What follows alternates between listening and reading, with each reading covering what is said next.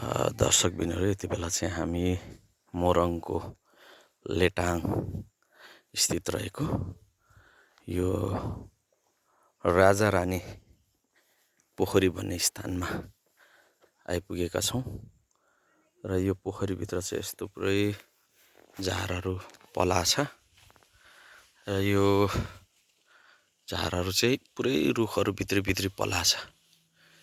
यस्तो पुरै देख्न सकिन्छ। यो हेर्दाखेरि सानो भए तापनि निकै क्षेत्रफलको हिसाबमा चाहिँ ठुलो रहेको यहाँ देख्न सकिन्छ।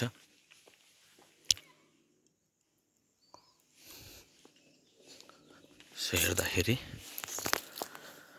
र राजा रानी भन्छ हैन, अब देशमा भएको साम्राज्यवादी निरङ्कुश राजाहरू त छैन, राजा रानी त छैन। अब बाँकी रहेको राजा रानी भनेकै मोरङको लेटाङको राजा रानी पोखरी र धनकुटाको राजा रानी पोखरी चाहिँ अहिलेसम्म सुन्नमा आएको छ। बाँकी राजा र रानी भन्ने शब्दबाट रहेको केही पनि अस्तित्व अब लगभग अन्य कुराहरू चाहिँ समाप्त हुँदै गइसकेको सबैलाई जगजाहेर भएकै कुरो हो। ल यो चाहिँ निकै ठुलो राजा रानी पोखरी। हिरोनी हाम्रो सानो बहिनीहरू अङ्कल आन्टीहरू पर आउँदै हुनुहुन्छ नानीहरूसँग।